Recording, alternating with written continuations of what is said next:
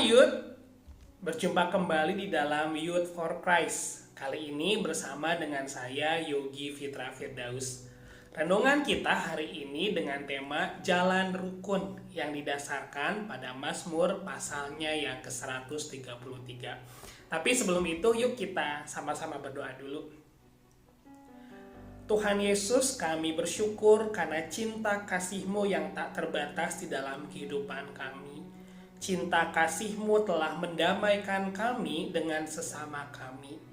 Dan di pagi hari ini kami rindu untuk kembali mendengarkan firman Tuhan yang mengajar kami, menguatkan kami, bahkan menghibur kami. Oleh sebab itu, kiranya Roh Kudus yang akan menolong kami, sehingga kami tidak hanya menjadi pendengar-pendengar firman, tetapi menjadi pelaku-pelaku firman di tengah kehidupan kami sehari-hari. Di dalam nama Tuhan Yesus Kristus kami berdoa. Amin. Yud, saya akan membacakan satu bagian firman Tuhan dari Mazmur pasal 133 ayatnya yang pertama berbunyi demikian. Sungguh alangkah baiknya dan indahnya apabila saudara-saudara berdiam bersama dengan rukun. Yud, Tom dan Jerry adalah dua tokoh film kartun yang biasanya berkejar-kejaran. Masing-masing memiliki kepentingan, sehingga situasi menjadi ricuh tanpa damai. Namun saat anjing besar bernama Spike datang, mereka bersatu untuk bertahan. Mereka saling memberi tanda, berbagi strategi, dan melindungi satu sama lain. Persatuan membuat mereka kuat dalam menghadapi ancaman. Mazmur 133 menyampaikan pesan penting, yaitu perayaan atas persaudaraan dan persatuan umat Allah. Besar kemungkinan Mazmur ini lahir dari peristiwa naiknya Daud ke tahta ketika suku-suku Israel yang sebelumnya terpisah dan mengejar kepentingan masing-masing. Bahkan ada yang menentang Daud. Akhirnya bersatu mengakui kepemimpinannya. Persatuan itu membentuk satu kerajaan yang kokoh.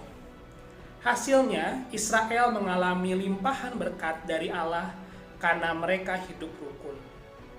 Sukacita yang lahir dari relasi yang dipenuhi persatuan adalah sukacita yang tulus dan tidak dapat direkayasa. Untuk menggambarkan hal ini, Daud menyinggung peristiwa pengurapan Harun sebagai imam besar. Dengan menghubungkan kasih, persaudaraan, dan persatuan dengan berkat istimewa yang dicurahkan Allah bagi umatnya.